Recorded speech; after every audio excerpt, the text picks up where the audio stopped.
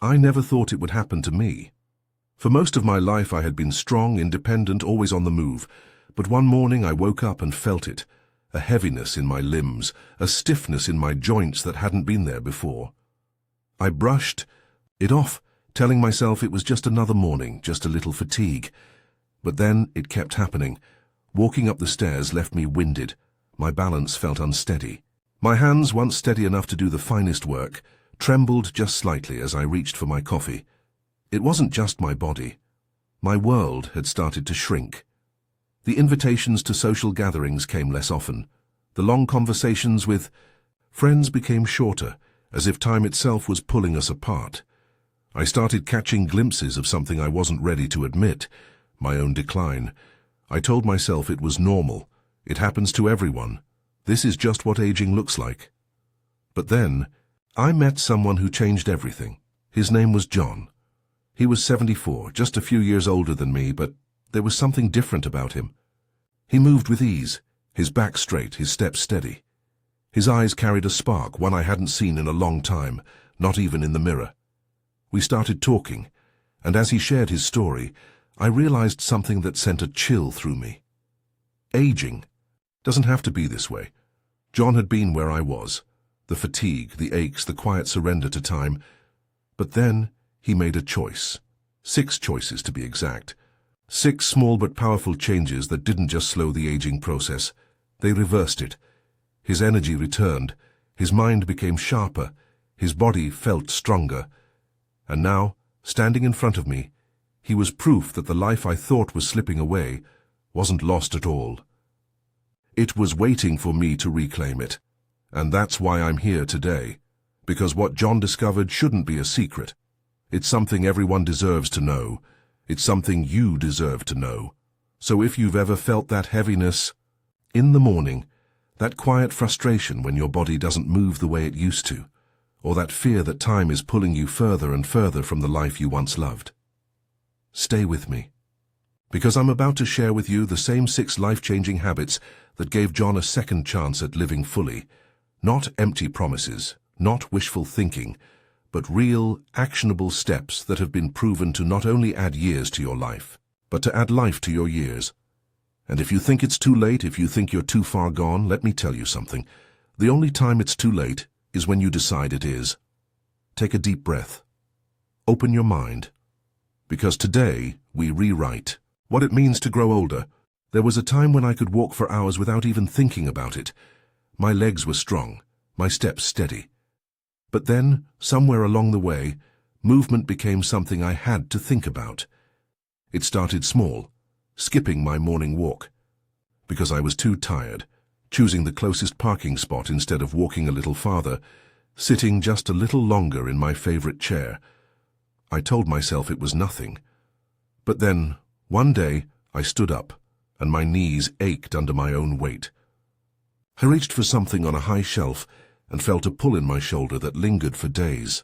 It hit me then, a quiet but undeniable realization. My body was changing, not because of age itself, but because I had stopped moving. I wasn't alone in this. It happens to so many of us. We don't notice at first, but the less we move, the more we lose. Our strength, our balance, our confidence. And as movement fades from our daily lives, so does a part of who we are. We become careful, cautious. We sit more. We hesitate.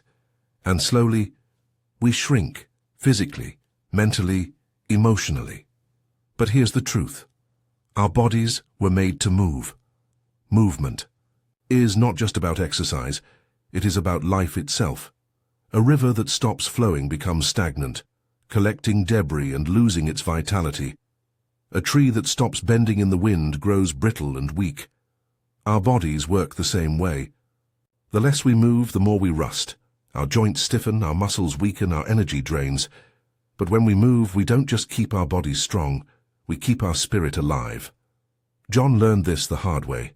For years, his garden had been his sanctuary.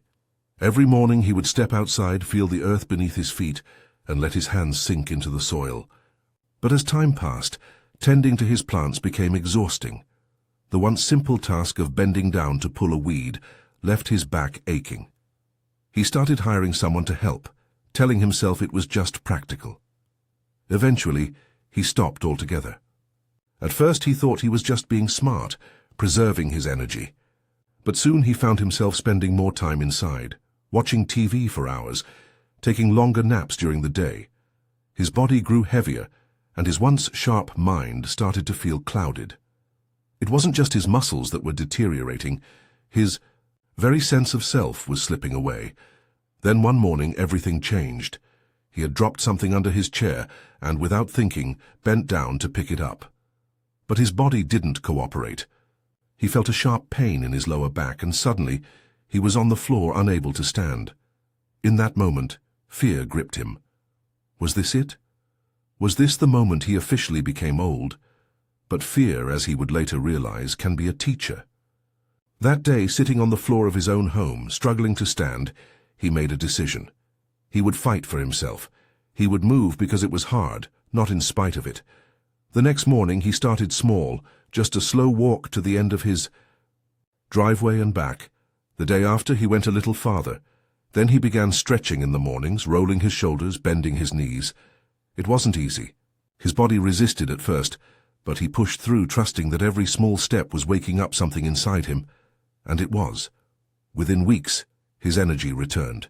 His aches faded. His mind felt clearer, sharper. One day, he stepped back into his garden, kneeling down to touch the soil again, and for the first time in years it didn't feel like a chore. It felt like coming home. Movement is not just about staying physically strong, it is about reclaiming your life. You don't have to run marathons or lift heavy weights. You just have to start. Take the stairs instead of the elevator. Stretch while waiting for your coffee to brew. Walk to the mailbox, then to the corner, then around the block. Dance while making dinner. Play with your grandchildren, even if it's just tossing a ball back and forth.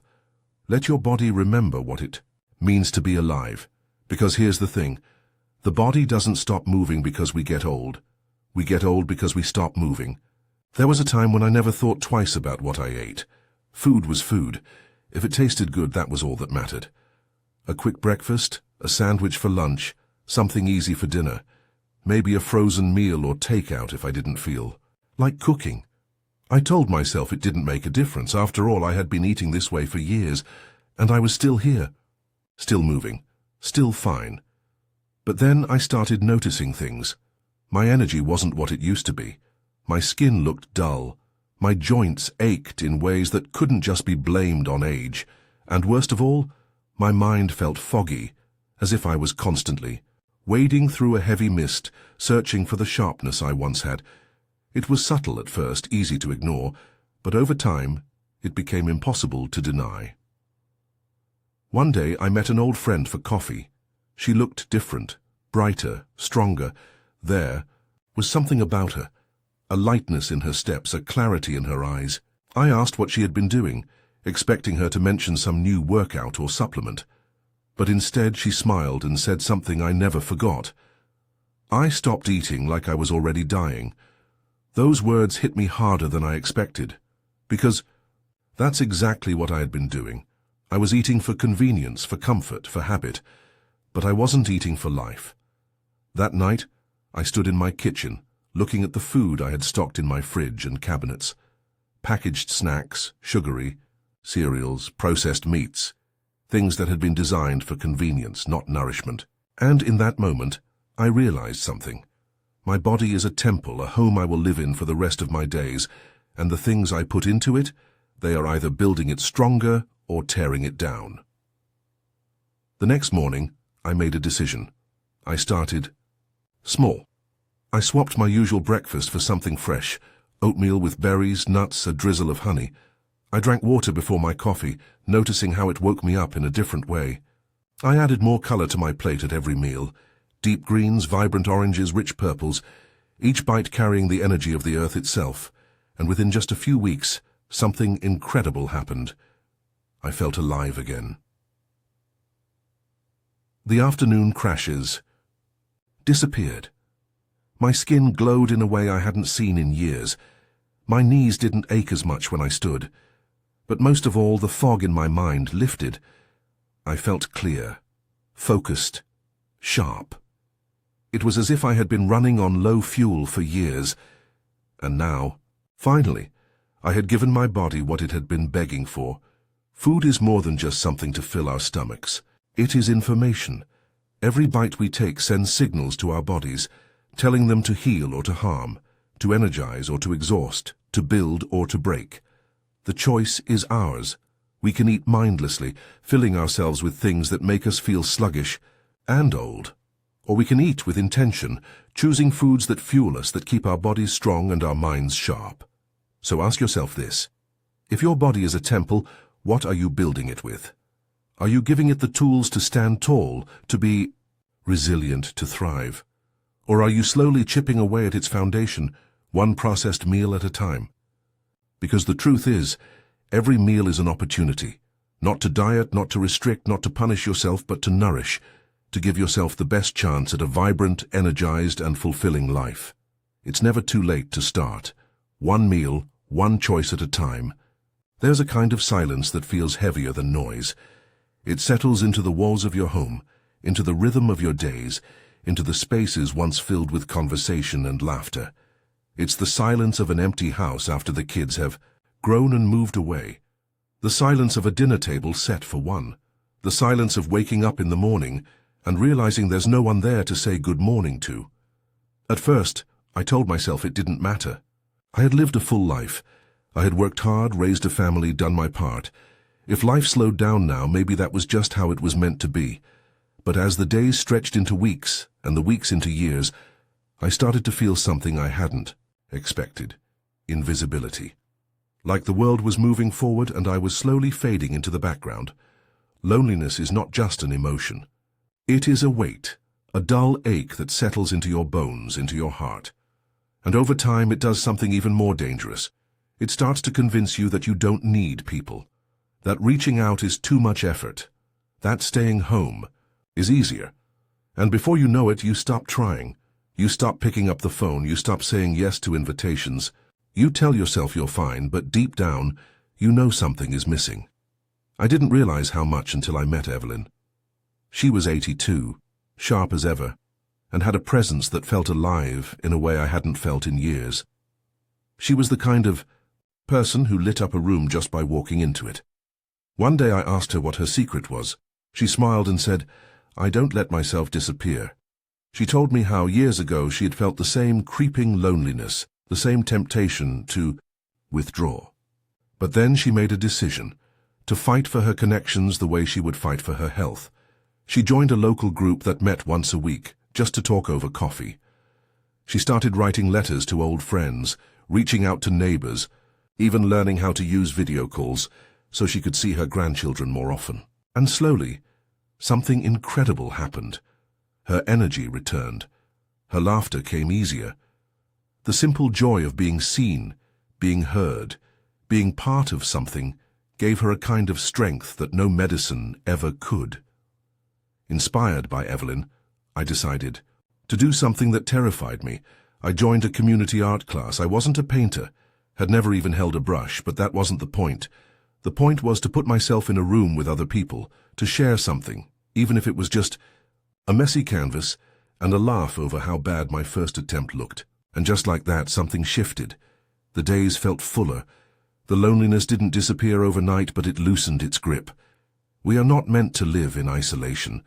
The heart, like a muscle, withers without use. Connection is what keeps us alive. It's what gives our days meaning, our laughter warmth, our memories color, and the most powerful thing, it's never too late to reconnect. So pick up the phone, say yes to that invitation, join a group, start a new hobby, reach out to an old friend. Because life isn't just about how many years we have, it's about who we share them with. I used to lie awake at night, staring at the ceiling, my mind racing with worries that had no answers. Some were old fears, the kind I had carried with me for decades, worn smooth like stones in my pocket. Others were newer, heavier. What if my health failed? What if I became a burden? What if the years ahead held more loneliness than joy? Worry has a way of creeping into the quiet moments, of filling up spaces that should be peaceful.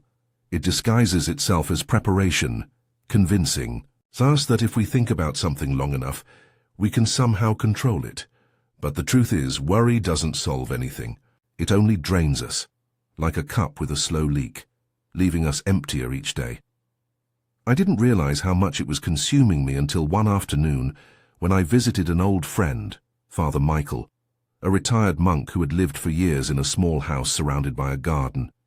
As we sat outside, I poured out my concerns, expecting him to offer solutions, but instead he simply picked up a leaf that had fallen onto the table between us. He held it up to the light, turning it between his fingers. "This leaf," he said, "did not fight the wind. When the time came, it let go."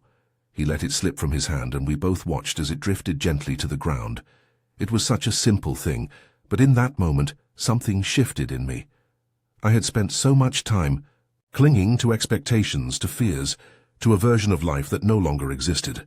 And in doing so, I had been resisting the very nature of life itself. That night I tried something different. Instead of wrestling with my thoughts, I sat quietly and imagined each worry as a leaf, releasing them one by one into the wind. Keen. First it felt unnatural, like I was doing nothing. But with each breath, with each imagined release, my chest loosened, my mind softened. Letting go is not about giving up. It's about making space for peace, for joy, for the present moment. And when we stop gripping so tightly to what we cannot control, we find something unexpected: freedom. Over the next few weeks, I started practicing small acts of surrender. When anxiety crept in, I would take a deep breath and remind myself, this moment is all I have. When old regrets surfaced, I would write them down on a piece of paper, then rip it up and throw it away. When I felt overwhelmed, I would go outside, close my eyes and just listen to the world around me, the rustling trees, the distant hum of life moving forward, with or without my worry. And slowly, the grip that fear had on me loosened. The worries didn't disappear overnight, but they lost their power. I slept better. I laughed more. I noticed things I had been too preoccupied to see before: the warmth of the morning sun on my face, the rhythm of my own breath, the way my hands still moved with strength and purpose. There will always be things we cannot control, but there is one thing we can control: how much space we give to fear. Life is too short to carry unnecessary burdens, so let them go. Like the leaf in the wind, like the river that does not resist the current, like the breath we exhale, knowing that another will always follow. Peace is not something we have to chase, it is something we allow. I used to believe that as long as I wasn't sick, I was healthy. I ate what I wanted, skipped doctor's appointments if I felt fine, and brushed off small aches and pains as just part of getting older. I told myself I was doing okay. That is, until the day my body told me otherwise. It wasn't a dramatic collapse or a sudden diagnosis. It was something much quieter but just as serious. I woke up one morning and felt off. My energy was low, my head foggy, my legs heavy beneath me. I told myself I just needed more sleep, maybe a cup of coffee. But the feeling didn't go away. Over the weeks, small things became harder. Walking up the stairs left me breathless. Getting up from a chair took more effort. My hands trembled. Slightly when I tried to button my shirt. I ignored it, convinced it would pass. But one afternoon, as I stood at the sink washing dishes, my vision blurred and I felt my knees give way. The next thing I knew, I was on the floor, heart pounding, struggling to catch my breath. My doctor later told me it was a warning: high. Blood pressure left unchecked, muscles weakening from lack of movement, years of small neglects adding up into something dangerous. That was the moment I realized something important. My health was not just about how I felt today. It was about what I was doing to take care of the body that had carried me through this life. It was about responsibility, not just to myself, but to the people who loved me, who depended on me. For too long, I had treated my health like something separate from me, like a machine that would keep running as long as nothing broke. But the truth is, our bodies don't just suddenly fail us. They give us signs, whispers, before they become shouts. A little more fatigue than usual, a little more stiffness in the morning, a slight change in weight, in appetite, in mood. The problem is, we don't always listen. I decided I would start listening, not just when something was wrong, but every day. I began with small changes, drinking more water, stretching for 5 minutes in the morning, taking short walks instead of sitting for hours. I made my doctor's visits a priority, not an afterthought, and I paid attention, not just to my physical health, but to how I felt in my body. Was I sleeping well? Was I digesting my food properly? Was I moving enough? One of the biggest lessons I learned was that prevention is a gift we give to ourselves. Too often, we wait for a crisis before we take action. We tell ourselves we'll start exercising when the doctor warns us, that we'll eat better when we have to.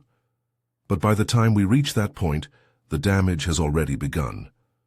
Taking care of ourselves is not just about living longer. It's about living well. It's about having the strength to play with our grandchildren, the energy to travel, the clarity to enjoy a good book, the mobility to walk without fear of falling. It's about giving ourselves more life in the years we have left, however many they may be. No one else can do this for us. No one else can step into our bodies and make better choices. The responsibility is ours. And that is not a burden. It is a gift. Because every time we choose to care for ourselves, we are saying, I am still here, I am still living, and I am worth the effort. There was a time when I woke up in the morning and felt no urgency to get out of bed. The days stretched ahead of me, empty and unremarkable, blending together like the pages of a book, with no story left to tell. I had spent my life working, raising a family, fulfilling responsibilities. But now, with no deadlines to meet and no one depending on me, I felt like a tree that had stopped growing, still standing but no longer reaching for the sun.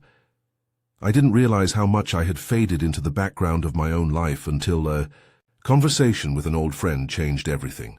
She was a retired teacher, a woman full of life, always busy with something. When I mentioned how lost I felt without a sense of purpose, she smiled and said, "You're not lost. You've just forgotten that you still have a story to write." That night I lay awake thinking about her words. Somewhere along the way, I had convinced myself that meaning was something tied to productivity, to youth, to the years when I was needed. But what if meaning was something I had to create for myself? What if I wasn't at the end of my journey, but simply standing at the edge of a new chapter? The next morning I made a decision. I would find something to wake up for. It didn't have to be grand or extraordinary. It just had to be mine. I started small. I picked up an old sketchbook I had forgotten in the back of a closet and let my hands remember the feeling of pencil against paper. The first drawings were rough, hesitant, but over time something strange happened. I began to lose myself in it. Hours would pass, and I would be so focused, so engaged, that I forgot about the time. It was a feeling I hadn't had in years, and for the first time in a long time I felt alive. That was just the beginning. Inspired by how good it felt to create again, I joined a local art group. At first, I worried I would be the oldest one there, but what I found was a room full of people just like me, people who had lived full lives but still wanted more. Some were learning to paint for the first time. Others were trying new things. Music, writing, even learning a new language. None of us were doing it for money, for recognition, for any reason other than the joy of doing. That's when I realized the real secret to staying young. It's not about avoiding wrinkles or keeping up with the latest trends. It's about curiosity. It's about passion. It's about waking up in the morning excited for something, no matter how small. Aging doesn't steal our youth. We do when we stop learning, stop exploring, stop believing that there's still something left for us to do. The people who live the longest, the ones who stay sharp and full of energy, are not the ones who spend their days just existing. They are the ones who keep growing, keep searching, keep creating meaning in their lives. So ask yourself, what have you always wanted to do but never made time for? What small thing could bring you joy, pull you into the present, make you feel like you are living rather than just waiting? Maybe it's playing an instrument, writing down your life stories, planting a garden, or mentoring someone younger. Maybe it's something you've never even considered before. It doesn't matter what it is. What matters is that you begin. Because as long as you have something to look forward to, something that lights you up from the inside, time has no power over you. Life does not end when we grow old. It ends when we stop finding reasons to keep going. Aging is not a slow fade into the background. It is not a surrender, a quiet retreat from the life we once knew. It is a transformation, a chance to shape the years ahead with the wisdom we have gathered, to live fully in the time that remains. The truth is, growing older is not what takes life away from us. It is the way we choose to meet it that determines whether we thrive or wither. John's story is not just his own. It is the story of so many of us who have felt time slipping through our fingers, who have wondered if our best days are behind us. But what he discovered, and what we now know, is that age is not a barrier. It is a doorway. It is an invitation to live with intention, to care for the body that carries us, to nourish ourselves with food that sustains us, to seek out connection rather than retreat into loneliness, to let go of the fears that keep us small, and to find meaning in every sunrise that greets us. The 6 habits that changed John's life are not complicated. They are not reserved for the lucky few. They are choices that each of us can make no matter where we are in life. To move our bodies, to eat well, to nurture relationships, to release unnecessary worries, to take responsibility for our health, and to wake up each day with a sense of purpose. And the most powerful truth of all? It is never too late to begin. I have seen it with my own eyes. People in their 70s, 80s, even 90s, who have found new energy, new clarity, new reasons to laugh and love and keep going. I have met those who have discovered the joy of learning something new, of creating, of connecting in ways they never thought possible at their age. They are living proof that time only has power over us if we let it. The real secret to a long and fulfilling life is not found in genetics or luck. It is found in the choices we make each day. It is found in the way we treat our bodies, in the way we care for our minds, in the way we continue to open ourselves to the world rather than shrink away from it. So what will you choose? Will you wake up tomorrow and take that first step? No. Matter how small. Will you move more, eat better, reach out to an old friend, take that class you've always wanted to try? Will you let go of the things you cannot change and focus on what is still within your power? Because your story is not over. Not yet. If this message speaks to you, if you feel even the smallest spark of possibility within you, hold on to it. Let it guide you. And if you know someone who needs to hear this, share it with them. We are not meant to walk this path alone. If you want to continue this journey with us, to learn more about living fully, embracing each stage of life with wisdom and joy, consider subscribing. Because this is not just about adding years to your life. It is about adding life to your years. And that is something worth fighting for.